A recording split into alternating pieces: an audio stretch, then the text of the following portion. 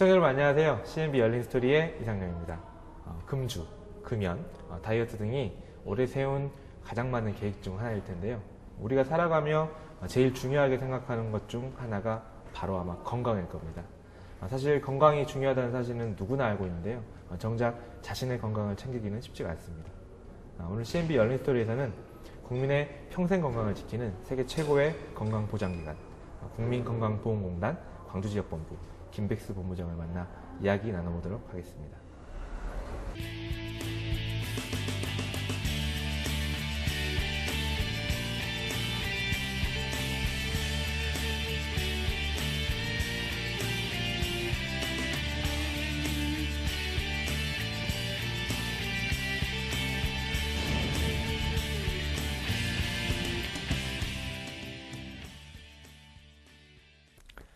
네, 안녕하십니까 본부장님. 안녕하십니까? 네, 반갑습니다. 올해 초 새롭게 광주 지역 본부장으로 취임을 하셨는데요. CNB 시청자 여러분들께 인사 말씀 부탁드리겠습니다. 네, 안녕하십니까? 저는 국민건강보험공단 광주지역본부 본부장 김백수입니다. 먼저 제 지역에서, 제 고향에서 또 이렇게 건강복지를 위해서 일할 수 있는 기회를 주셔서 감사합니다. 특히 광주지역본부는 전남, 전북, 제주, 광주 지역을 관할하고 있습니다. 이 지역민의 건강한 삶 그리고 행복한 삶을 위해서 최선을 다해서 노력하겠습니다. 감사합니다. 네, 본부장님. 사실 시청자 여러분들께서는 쉽게 생각했을 때 국민건강보험제도라고 하면 매월 일정의 보험료를 지급을 하고 이제 아파서 병원에 갔을 때 병원비를 이렇게 덜어주는 그런 역할을 하는 제도라고 이제 막연하게 좀 알고 있는데요. 좀 구체적으로 국민건강보험제도가 어떤 제도인지 자세하게 설명 좀 부탁드리겠습니다. 예, 사실은 이제 건강보험이 1977년도 500인 이상 사업장의 근로자를 대상으로 이제 출범을 했었습니다. 네네. 그러다가 이제 1999년도에 이제 건강보험법이 마련이 됐고요. 2000년 7월 1일 기해서 이제 지역조합, 직장조합 이런 모든 것들이 다 통합이 하나로 통합이 됐었습니다. 네네. 그렇게 해서 이제 유지가 되고 있다가 이제 2008년 7월 달에 노인 장기 요양보험이 들어오면서 또 새로운 건강보험 획을 긋게 됐습니다. 그래서 65세 이상 어르신들의 불편하신 몸이 불편하신 분들이 보다 더 노후 생활을 편안하게 하실 수 있도록 그래서 노인 장기 요양보험 제도가 도입이 됐고요. 그러다가 이제 2011년 1월부터는 4대 보험이 통합 징수가 됐습니다. 그래서 저희 건강보험, 국민연금, 고용보험, 산재보험을 저희들이 이제 관리를 하게 됐습니다. 그래서 명실공히 이제 사회복지 서비스의 토탈 기관으로서 역할을 하게 됐습니다. 네, 그렇군요. 어떻게 보면 77년도부터 시작을 해서 이제 올해 2014년도에 이르기까지 많은 제도적인 변화와 또 새로운 어떤 보험 제도의 도입 이런 것들이 있어왔던 것 같은데요. 2014년 올해도 또 굉장히 많은 좀 변화가 있다고 들었습니다. 제도적으로 건강보험 제도가 바뀌는 2014년도 새로 들어서 변모된 모습들 좀 소개 좀 부탁드릴 수 있을까요? 여러 가지가 있겠습니다만 특별히 이제 국민건강보험료 납부 확인서, 보험료 납부 확인서를 이제 포털 민원 24시 그러니까 거기서 지금 등초본을 다 발급을 합니다만 거기서 이제 납부 확인서를 발부받으실 수가 있고요. 인터넷으로 손쉽게 확인 가능해요. 예, 그렇지. 이제 그것도 받으실 수가 있고 이제 4월부터는 일반 편의점에서 현금으로 보험료도 납부가 가능합니다. 그리고 이제 가장 중요한 것은 올 7월부터는 새로운 노인 장기 요양보험에서 치매 등급이 신설이 됐습니다. 그래서 이제 전국에 치매로 고생하시고 또 고통받고 있는 분들이 제도권 안으로 들어오실 수가 있습니다. 그래서 가족들이 보다 더 조금은 생활적으로도 여유를 가지실 수가 있게 되겠습니다. 네, 그렇군요. 그런데 또 제도적인 변화 말고도 또 올해 1월부터 건강보험료도 인상이 좀 됐어요. 한 1.7% 정도 인상이 됐다고 제가 알고 있는데 보험료 인상에 관해서 한 말씀 좀 부탁드릴게요. 예, 맞습니다. 올해 이제 1.7% 정도 인상이 됐습니다만은 실질적으로 이제 1.7% 인상의 가장 큰 요인은 이제 의료 수가가 2.4% 정도 인상이 됐습니다. 그리고 이제 암 등 이제 중증 질환에 대한 보험 급여가 조금 개시가 되다 보고 그리고 이제 75세 이상 어르신들의 임플란트를 이제 보험 혜택을 주기 시작했습니다. 그래서 그런 것이 이제 주 요인이라고 볼 수 있습니다. 어떻게 보면 보장성이 좀 강화가 되면서 수가가 좀 불가피하게 인상될 수밖에 없었다 그런 말씀인데요. 사실 보험료가 인상이 되긴 했지만 그럼에도 불구하고 우리나라가 전 세계적인 수준에서 봤을 때 보험료 자체가 굉장히 좀 낮은 수준에 있다고 좀 들었습니다. 그래서 그만큼 이제 수입이 적은 만큼 의료에 투입되는 재원이 좀 부족해서 국민 건강의 수준이 좀 떨어지는 거 아닌가 하는 좀 우려 섞인 이야기들도 있는데요. 거기에 대해서 어떻게 생각하시는지? 네, 일부 이제 그렇게 좀 우려를 합니다만은 절대 이제 그러진 않습니다. 지금 우리나라 보험료 수입은 그 보험료율은 수입액의 5.9%입니다. 그런데 네, 네. 5.9%인데 독일이나 프랑스 가까운 일본에 비해서는 사실 저희 보험료가 절반도 채 안 되는 수준입니다. 그럼에도 불구하고 이제 작년 6월에 OECD에서 그 발표한 건강 그 통계를 보면은 이미 저희들이 평균 수명이 81.1세로 OECD 평균보다 한 살이 더 높습니다. 그리고 영유아 사망률도 1000명당 3명으로서 이제 OECD 평균보다 1.1명 더 낮은 수준입니다. 그렇기 때문에 지금 우리나라 건강 수준은 많이 향상됐다고 봅니다. 그래서 옛날에 저희들이 저급여 그리고 저부담 이런 그 어떤 개발도상국의 패러다임에서 지금은 앞으로는 이제 선진적 패러다임으로 바뀌어야 되지 않는가. 그래서 치료만 하는 것보다는 치료와 예방 중심 그리고 재정 누수가 없는 선진적 패러다임으로 이제는 바꿔야 될 시기라고 이렇게 생각을 하고 있습니다. 네. 그 앞서 도무장님께서 노인 임플란트 또 치매 요양 급여 비용의 어떤 지원 이런 보장성 보험들이 이제 많이 좀 확대가 됐다고 좀 이야기를 했는데요.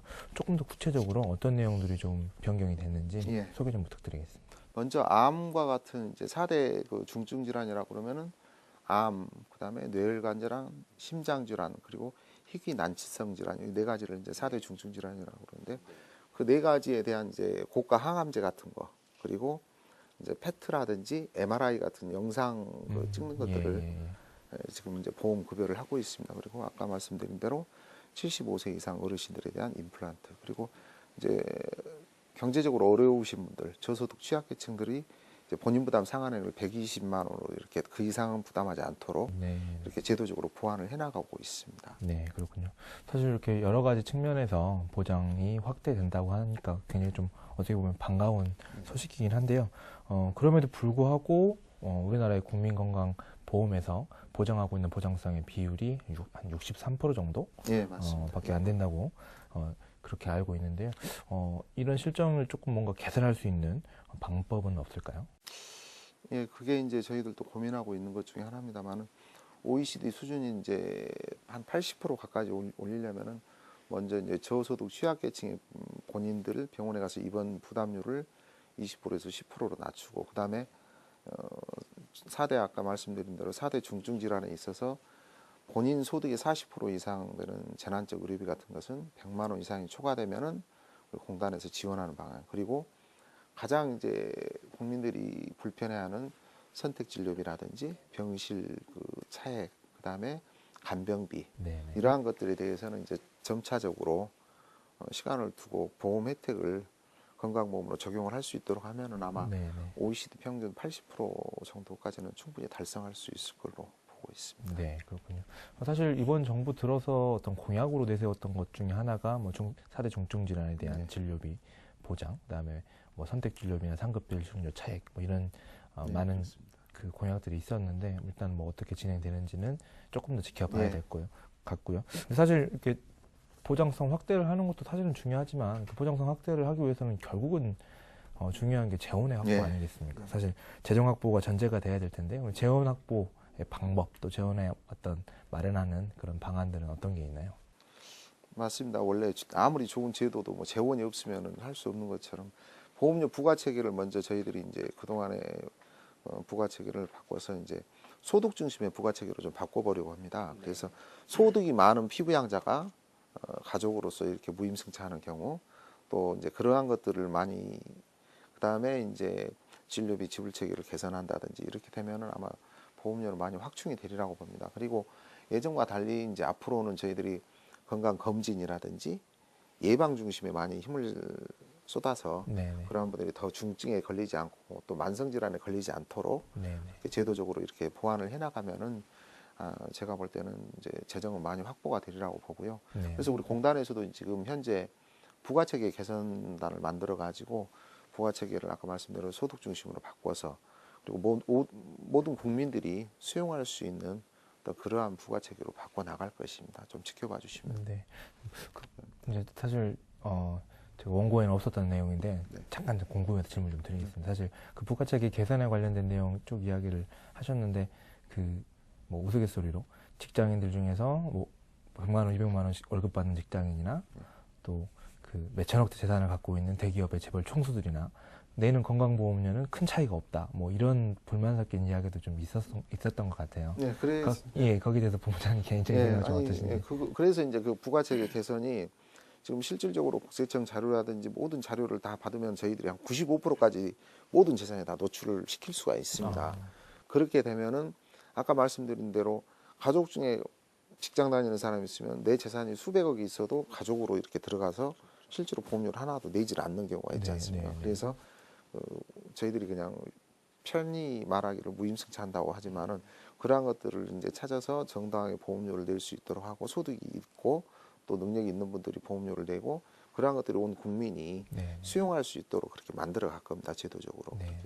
아마 그렇게 하면은 재정 확충은 충분히 되고 또 보장성은 충분히 올라가고 그러지 않을까 싶습니다. 그 사실 건강보험 재정이 적자가 심할 것이다. 그리고 매년 적자가 누적될 것이다. 라고 했던 게 한 3, 4년 전에 발표였어요. 근데 정작 한 2, 3년 동안에는 오히려 건강보험이 지금 흑자가 나고 있는 그런 상황이거든요. 그래서 오히려 좀 이렇게 흑자가 나고 있는데 왜 건강보험료는 또 계속 올리느냐 뭐 이런 좀 불만 섞인 이야기도 있는 것 같고요. 뭐 이런 거는 좀 개인적으로 어떻게 생각하시는지 이런 상황은 이제 저희들이 최근 이제 몇 년간 이렇게 흑자가 났습니다만 사실은 그게 이제 흑자라고 볼 수는 없는 것이 진료비를 준비금 적립금이라고 그래가지고 일정 부분 적립을 하게 돼 있습니다.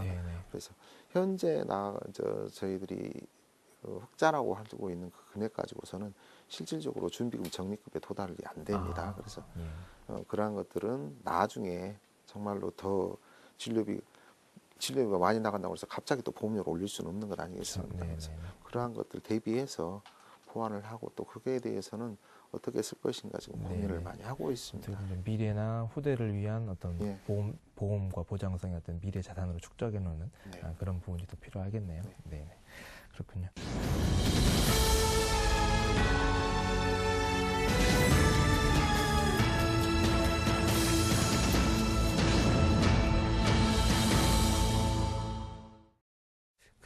좀 이제 화제를 좀 돌려서요. 좀 약간 좀 이걸 재밌다고 해야 되는지 아니면 너무 이게 늦었다고 해야 되는지 아니면 왜 갑자기 이 이야기가 또 화두가 되는지 좀 궁금하기도 합니다. 최근에 건강보험공단이 담배 회사를 상대로 소송을 제기했다. 그리고 제기할 것이다 이렇게 알려져가지고 이제 관심을 좀 모으고 있는데요. 왜 국민건강보험공단이 담배 회사를 상대로 소송을 하게 됐는지 좀 배경과 계기가 좀 궁금합니다. 사실 이제 저희 공단이 가지고 있는 자료는 뭐 세계적으로 다 알고 있습니다만은 그 어마어마한 방대한 자료 1조 3천억 건의 빅데이터를 가지고 있습니다. 저희들이. 그래서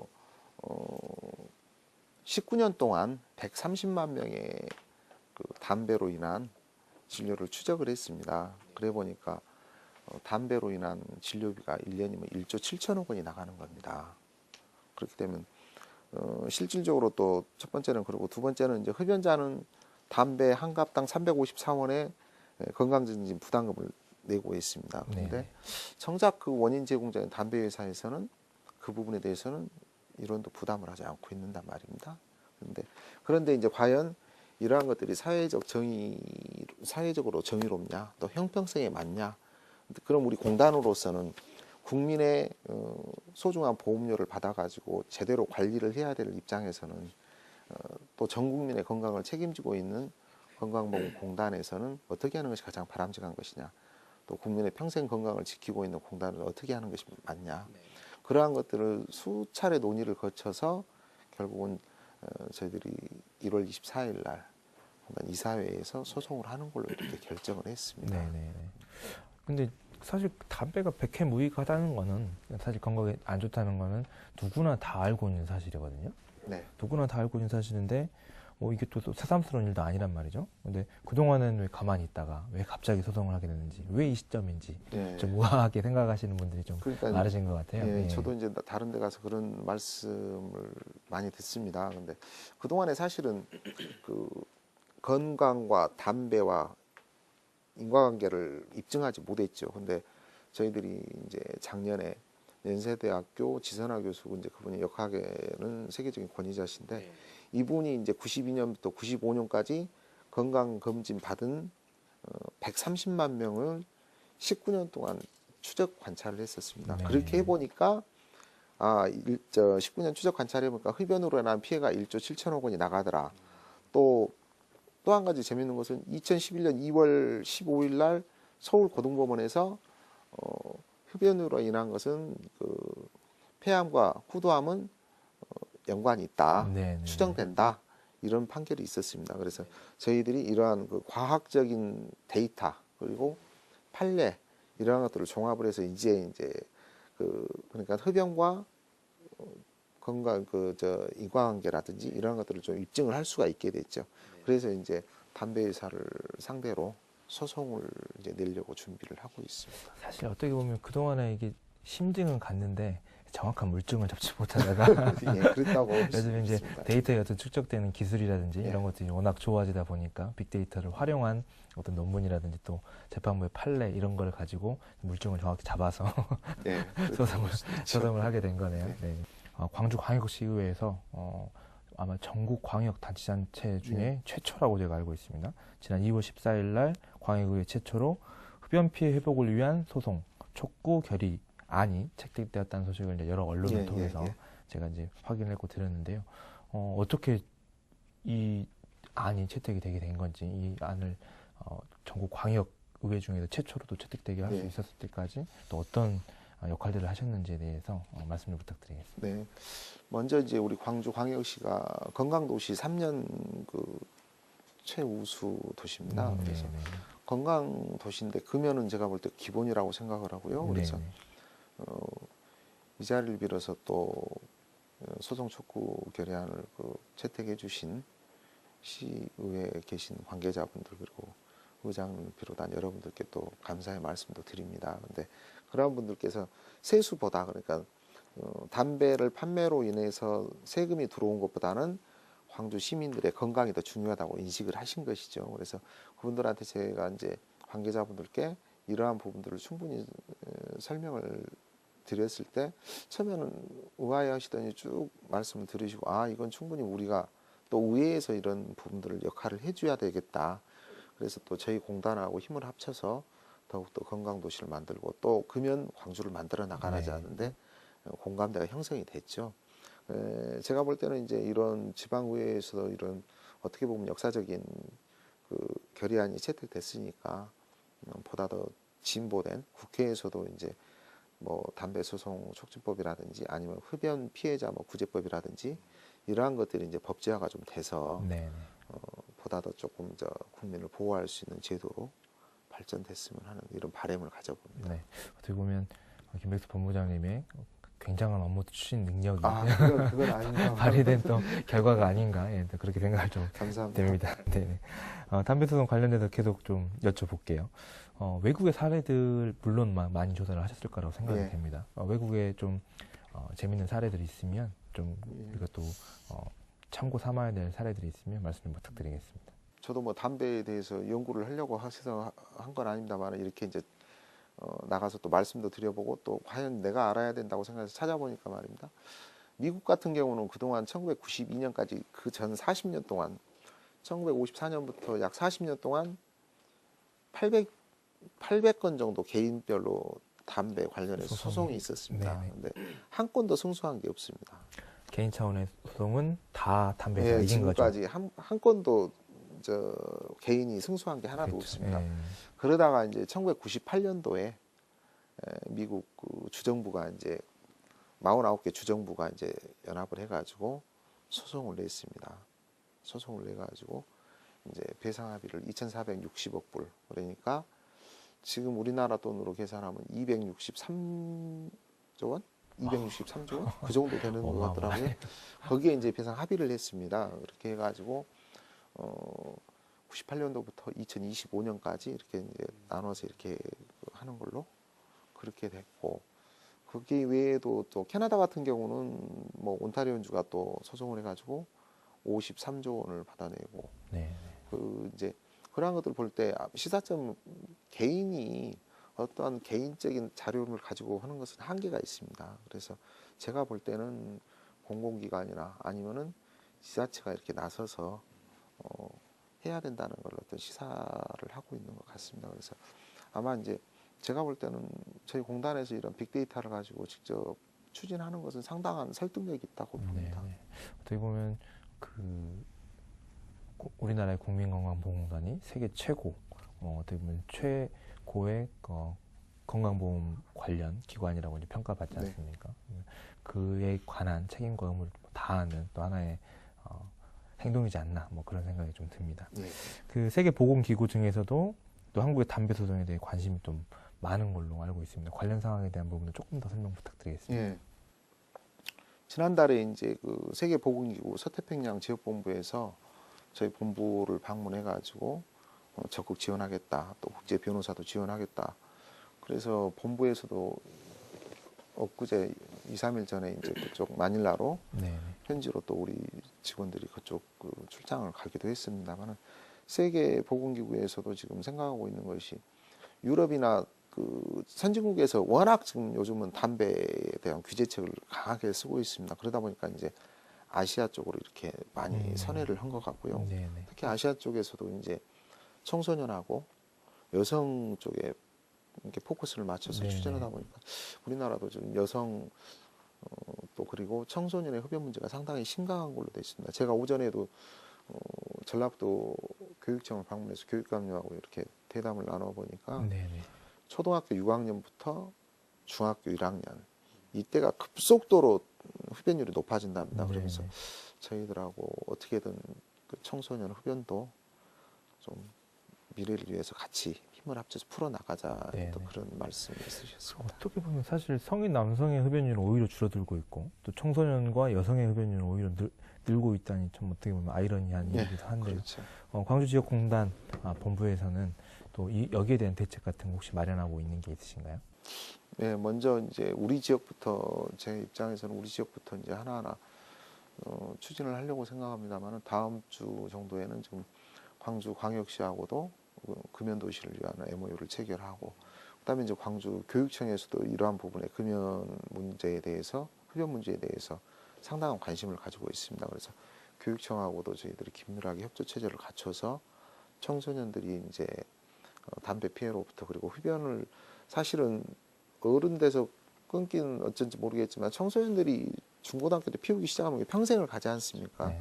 그래서 그러한 것들을 예방하기 위해서 보건소라든지 또 교육청, 시청 그리고 시민단체 얼마 전에 또 이제 기독교계 대표 원로 되신 분들께서도 금연 정책에 대해서 적극 지지를 한다고 또 말씀을 해주셨습니다. 그리고 시민단체에서도 그러한 부분에 대해서 공감대를 형성을 하고 있고요. 그래서 저희들이 3월 중에 광주시에서 대대적으로 한번 금연 또 캠페인을 해서 붐을 좀 조성을 해나갈까 이런 생각을 하고 있습니다. 그래서 전 국민들 또 마찬가지입니다만은 우선 광주 시민들이 담배 연기로부터 조금 멀어질 수 있도록 그런 계획을 갖고 있습니다. 반대로 애연과들과 흡연가들의 공공의 적이 되시지 않을까 부모님이 살짝 걱정이 되긴 합니다. 네, 뭐 이것저것 건강보험 관련된 이야기에서부터 담배 소송 관련된 이야기까지 긴 시간 인터뷰 응해주셔서 감사드리고요. 예, 마지막으로 본부장님이 지금 광주 전남북 제주까지 총괄하는 국민건강보험공단의 본부장님으로서 갖고 계신 계획이나 또 개인적인 생각 있으시면 시청자분들께 마지막으로 말씀 부탁드리겠습니다. 예, 저희 국민건강보험공단에서는 지역의 건강 보장을 위해서 더욱더 열심히 노력을 할 겁니다. 그리고 조금 전에 쭉 말씀드렸지만 이 지역이 특히 이제 광주에서부터 금연 도시가 될 수 있도록 하고 또 저희들이 소송을 통해서 담배로 인한 피해가 얼마나 크다는 것을 여러분들께 많이 알려드릴 겁니다. 그리고 시청자 여러분들께서도 건강하시고 또 우리 건강보험에 많은 애정과 관심을 가져주실 것을 당부드리겠습니다. 예, 감사합니다. 네, 오늘 인터뷰 응해주셔서 너무 감사드립니다. 예, 감사합니다.